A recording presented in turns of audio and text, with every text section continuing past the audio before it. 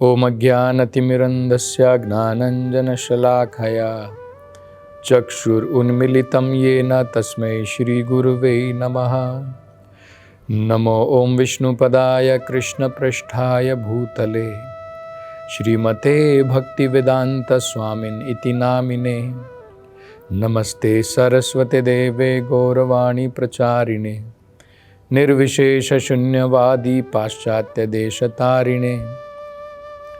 जय श्री कृष्ण चैतन्य प्रभु नित्यानंद श्री अद्वैत गदाधर श्रीवासदि गौर भक्तवृंद। हरे कृष्ण कृष्ण कृष्ण हरे हरे, हरे राम राम राम हरे हरे। हरे कृष्ण। तो पिछली कथा में हम चर्चा कर रहे थे लव और कुश अयोध्या नगरी में भगवान राम और उनके भ्राताओं भरत, लक्ष्मण और शत्रुघ्न उनको रामायण की कथा सुना रहे हैं। तो उन्होंने प्रारंभ किया था सबसे पहले अयोध्या नगरी जो सरयू नदी के किनारे बसी है कौशल राज्य में। बाद में महाराज दशरथ का विवरण देते हैं, कितने महान शूरवीर राजा थे। लेकिन वो आगे कहते हैं कि महाराज दशरथ के पास सब कुछ था। जो वैकुंठ लोक का ऐश्वर्य होता है उस प्रकार का ऐश्वर्य अयोध्या नगरी में था।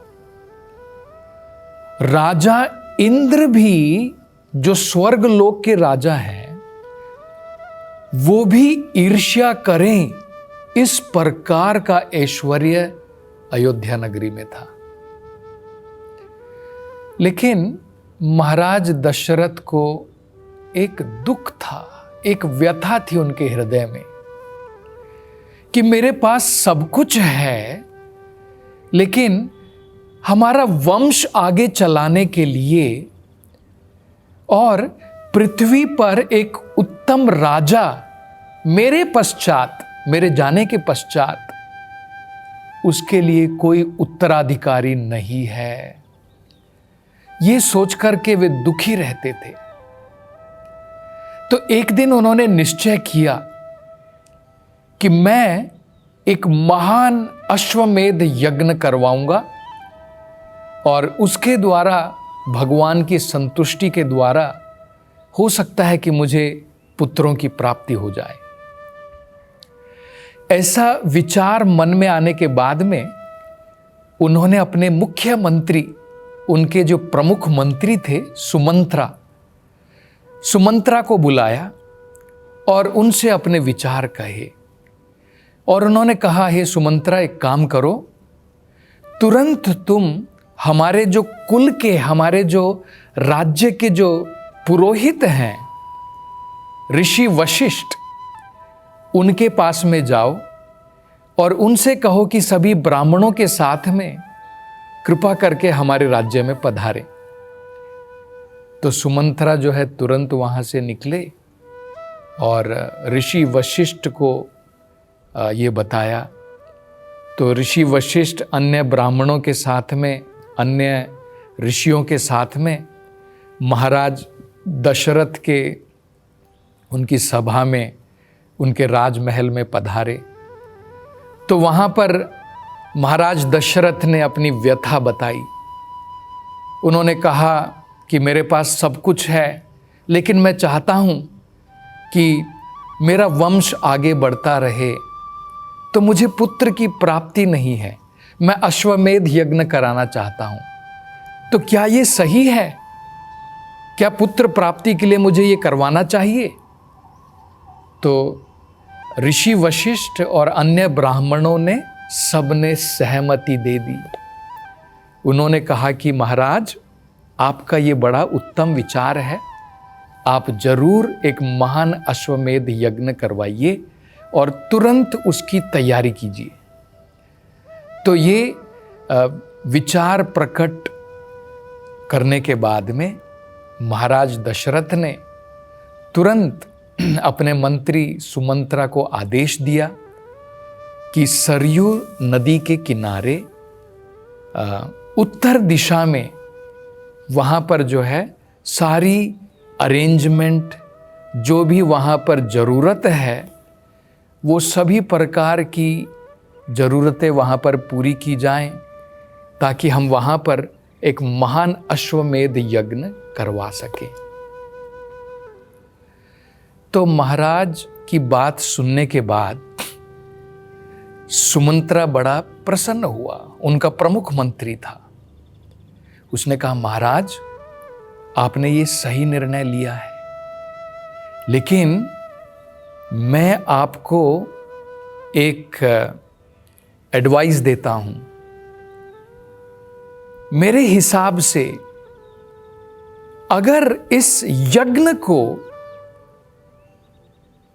एक ऋषि है जिनका नाम है ऋषि श्रृंगा, ऋषय श्रृंगा, ये ऋषि आकर के अगर अश्वमेध यज्ञ करेंगे तो आपको पुत्रों की जरूर प्राप्ति होगी,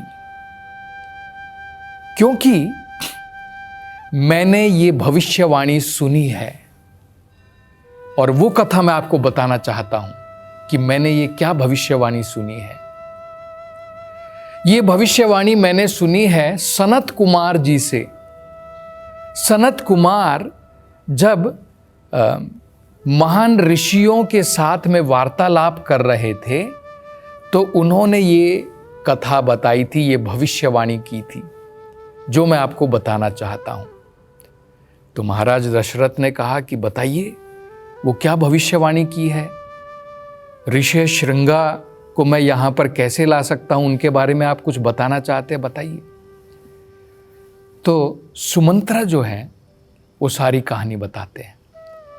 वो कहते हैं, महाराज दशरथ आपके एक मित्र हैं जिनका नाम है महाराज रोमपाद।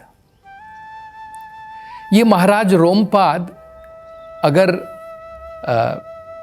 बहुत समय पहले आपने अपनी पुत्री, जो आपके पास एक पुत्री थी, कन्या थी, क्योंकि रोमपाद महाराज के पास में कोई संतान नहीं थी, तो जो आपकी पुत्री थी आपने उनको दान में दे दी थी। उस पुत्री का नाम है अभी शांता। तो आपकी ही पुत्री है जो महाराज रोमपाद के घर में है।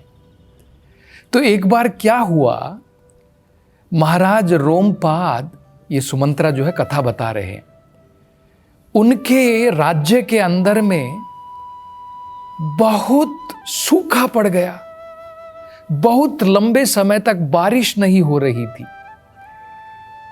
तो सारी जनता उनकी पीड़ित थी अकाल से, क्योंकि सूखा पड़ गया है, लोग परेशान थे। तो महाराज रोमपाद, उन्होंने सभी ब्राह्मणों को बुलाया और उन्होंने कहा कि लगता है कि मैंने कुछ पाप कर्म किए हैं जिसके कारण मेरे राज्य में सूखा पड़ गया है। कृपा करके मुझे बताइए मुझे क्या करना चाहिए जिससे ये सूखा अकाल जो है यहाँ से मेरे राज्य से समाप्त हो जाए। तो सभी ब्राह्मणों ने सलाह दी, हे महाराज रोमपाद, हमारे अनुसार इस सूखे का अंत केवल एक ऋषि कर सकते हैं जिनका नाम है ऋषि श्रृंगा। अगर ये ऋषि श्रृंगा जो हैं, इनके पिता का नाम है मृगी ऋषि और मृगी ऋषि के पिता का नाम है कश्यप मुनि, तो ये उनके पुत्र हैं। तो अगर ऋषि श्रृंगा को आप अपने महल में ला सकें, अपने राज्य में ला सकें, और अपनी बेटी शांता जो आपको दशरथ महाराज से प्राप्त हुई है, वो पुत्री अगर आप उनका विवाह ऋषि श्रृंगा के साथ कर सकें तो हम आश्वासन देते हैं कि आपके राज्य में से तुरंत ये सूखा निकल जाएगा, समाप्त हो जाएगा। तो रोमपाद महाराज बड़े प्रसन्न हो गए। उन्होंने कहा ऐसा है तो एक काम करो, जल्दी जाओ, तुरंत जाकर के ऋषि श्रृंगा को लेकर के आ जाओ और मैं अपनी बेटी उनको सौंप दूंगा। तो ब्राह्मणों ने कहा महाराज, जो आप ये बता रहे हैं इतना आसान नहीं है। आप क्या सोच रहे हैं कि ऋषि श्रृंगा तैयार बैठे हैं आपकी बेटी को ग्रहण करने के लिए? उनके पिता मृगी ऋषि, उन्होंने अपने बेटे को अखंड ब्रह्मचारी के रूप में जो है अभ्यास करवाया है। उनके पुत्र ऋषि श्रृंगा ने आज तक स्त्री के दर्शन भी नहीं किए हैं, क्योंकि उनके पिता चाहते हैं कि उनका बेटा इसी प्रकार से ब्रह्मचार्य में रहे। तो हमें डर है, अगर हम ऋषि श्रृंगा के पास में उनको लेने के लिए गए तो उनके पिता क्रोध में आकर के हमें शाप दे देंगे। तो ये तो हमारी बस की बात नहीं है, लेकिन एक तरकीब हम आपको बता सकते हैं। आप क्या करो, आपके महल के अंदर में, आपके राज्य में जो सुंदर कन्याएं हैं, उन सुंदर कन्याओं को उधर भेजो और किसी न किसी प्रकार से ऋषि श्रृंगा को वो अगर अपनी तरफ आकर्षित कर सके और धीरे धीरे आपके महल तक, आपके राज्य तक ले आ सके, तब आप ऋषि श्रृंगा को अपनी पुत्री जो है विवाह के रूप में प्रदान कर सकते हैं। तो महाराज रोमपाद ने कहा कि ठीक है, तुम्हारी सलाह ऐसी है तो मैं ऐसा ही करूंगा। तो ये सुनने के पश्चात में महाराज रोमपाद ने जो उनके राज्य में बड़ी सुंदर कन्याएं थी, उन सबको बुलाया और उन सब से अपना निवेदन किया और कहा कि मैं तुम्हें पुरस्कार के रूप में जो चाहिए वो प्रदान करूंगा, लेकिन कृपा करके मेरा ये कार्य कर दो। तो वो सब राजी हो गए कि ठीक है, महाराज की भलाई के लिए हम ये कार्य करने के लिए तैयार हैं।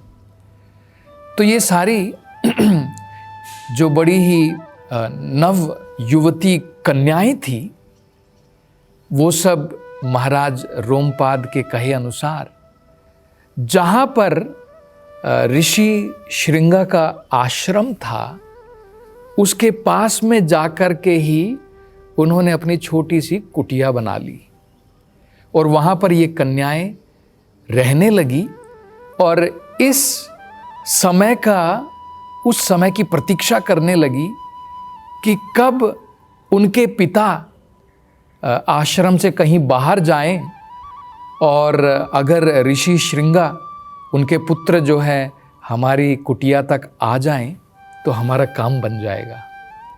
तो एक दिन, थोड़े दिनों के बाद एक दिन ऐसा हुआ, उनके पिता मृगी ऋषि जो है बाहर कहीं पर गए हुए थे और भटकते भटकते जो है ऋषि श्रृंगा इनकी कुटिया तक पहुंच गया, इन कन्याओं की कुटिया तक पहुंच गया और पहली बार उसने जो है स्त्री के दर्शन किए। तो उसको लगा कि ये किस प्रकार के प्राणी हैं, ऐसे प्राणी तो मैंने पहले कभी नहीं देखे, ये तो बहुत मेरे को अपनी तरफ आकर्षित कर रहे हैं, मैंने इस प्रकार के जीव तो पहले नहीं देखे हैं। तो उनसे पूछा कि आप कौन हैं? तो उन्होंने कहा कि हम यहाँ पर रहती हैं, इस कुटिया में रहती हैं। उनका जो है ऋषि श्रृंगा का आदर सत्कार किया। आदर सत्कार करने के बाद में उनको जो है अपनी तरफ से कुछ प्रदान की भेंट। तो ऋषि श्रृंगा ने कहा कि एक काम करो, तुम मेरे आश्रम में आ जाओ, मैं तुम्हारी वहाँ पर अतिथि सत्कार करूँगा। तो ये कन्याएं मान गई और उनके आश्रम में पहुँच गई, लेकिन उनको डर था कि कहीं जल्द इनके पिता वापस ना आ जाएं, उससे पहले उनको अपना कार्य पूर्ण करना था। तो उन्होंने जो है ऋषि श्रृंगा ने इनका आदर सत्कार किया और बड़े प्रसन्न हो गए कि पहली बार मैंने इस प्रकार के मेहमान देखे हैं जो इतने सुंदर हैं और जो मुझे भी अपनी तरफ आकर्षित कर सकते हैं। तो इसके बदले में इन कन्याओं ने, जैसी उन्होंने योजना बनाई थी, धन्यवाद के रूप में कि तुमने मेरा आपने जो है हमारा अतिथि सत्कार इतना बढ़िया पूर्वक किया। तो उन्होंने कहा कि हमारा तरीका जो है धन्यवाद का इस प्रकार है कि इन सभी कन्याओं ने जाकर के ऋषि श्रृंग का आलिंगन किया। तो इस आलिंगन के द्वारा ऋषि श्रृंग के मन के अंदर में काम की इच्छा जो है जागृत होनी प्रारंभ हो गई। और बाद में इन कन्याओं ने बहुत सारी जो अपनी तरफ से अनेकों प्रकार के स्वादिष्ट मिष्ठान लेकर के आए थे, मिठाई लेकर के आए थे, वो ऋषि श्रृंगा को जो है प्रदान की। तो उसने वो पहली बार खाई थी, क्योंकि उससे पहले वो केवल कंद मूल और कुछ फल फूल इस प्रकार के खाते थे जंगल में। पहली बार उन्होंने जो है मिठाई ग्रहण की। तो उन्होंने कहा कि अगर तुम चाहो तो कभी भी हमारा जो पास में जो हमारी कुटिया है, तुम कभी भी आ सकते हो। तो इस प्रकार से कहने के बाद में वो वहाँ से जो है प्रस्थान कर जाती है, चली जाती है। तो सारी रात ऋषि श्रृंगा जो है सो नहीं पाए। उनके मन में ये आकर्षण जो है बार बार जागृत हो रहा था। तो अगले दिन दोबारा जो है वो उनकी कुटिया में पहुंच गए और वहाँ पर ये कन्या उनसे कहते हैं, हे ऋषिवर, ये हमारी कुटिया नहीं है, हमारा असली घर जो है महाराज रोमपाद के राज्य में है। अगर तुम चाहो तो हम तुम्हें वहाँ पर लेकर के जा सकते हैं। तो वो जो है ऋषि श्रृंगा राजी हो गया और उनके साथ में जो है उन्होंने वहाँ से प्रस्थान किया और वो जाकर के पहुँच गए महाराज रोमपाद के राज्य में। तो अब महाराज रोमपाद जो है किस प्रकार से ऋषि श्रृंगा का जो है अतिथि सत्कार करते हैं और अपनी कन्या उनको प्रदान करते हैं, इसके बारे में चर्चा अगली कथा में करेंगे। हरे कृष्ण।